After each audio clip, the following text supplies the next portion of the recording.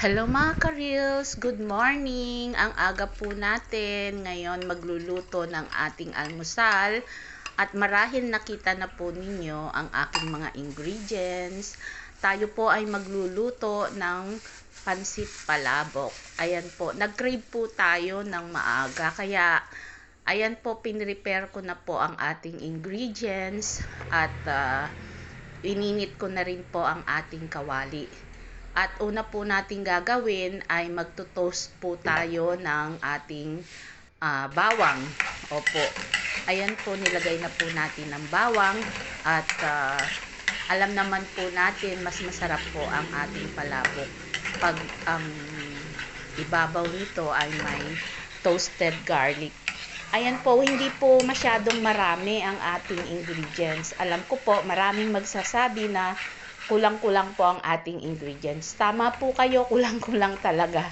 Kasi ang available lamang po sa ating kusina ay ang mamasita na pansit palabok seasoning. Tapos, meron po tayong kaunting giniling at shrimp. At yun lamang po, yun lamang ang ating pinaka main ingredients. Pero ang importante mailuto po natin ito, mairaos po natin ng maayos at malasa. Ayan po, sigurado malasang-malasa po ito dahil meron po tayong shrimp. Ayan po, aking in-slice ng maliliit. At pagkatapos yung pinakaulo po niya, yun po ang gagawin nating sabaw at ating dinikdik o nilamas-lamas para po matanggal yung lasa sa may ulo. Ayan po. At mahirap po pag walang cameraman o camera woman. Kasi ang isang kamay may hawak ng cellphone, ang isang kamay ay kumikilos. Kaya pasensya na po tayo sa ating video na hindi masyadong perfect.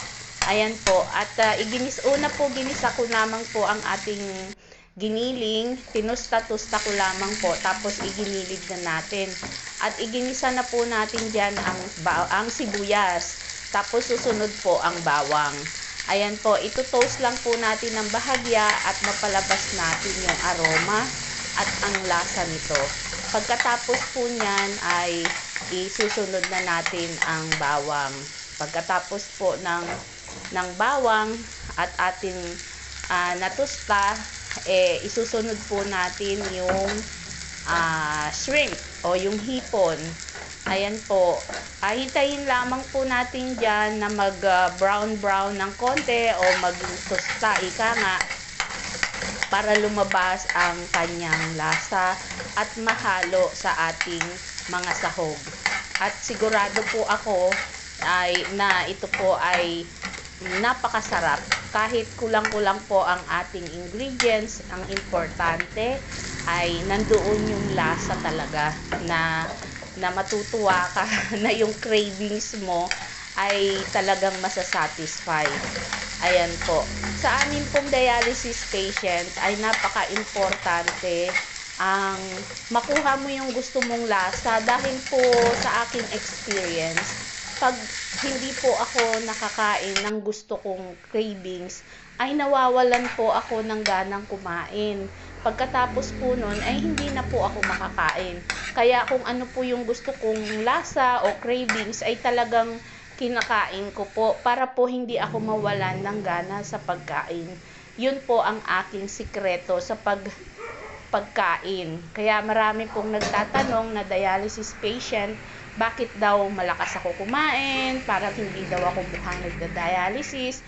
Opo, yan po kasi hindi ko po talaga hinahayaan na lumipas yung cravings ko. Ayan po, at hinahalo-halo ko na ang ating ingredients at hintayin po natin na lumapot-lapot ng konti. At hindi na po natin kailangan lagyan yan ng pampalapot o ng cornstarch. Ayan po, at ang itsura ng ating pansit palabok. Yun lamang po.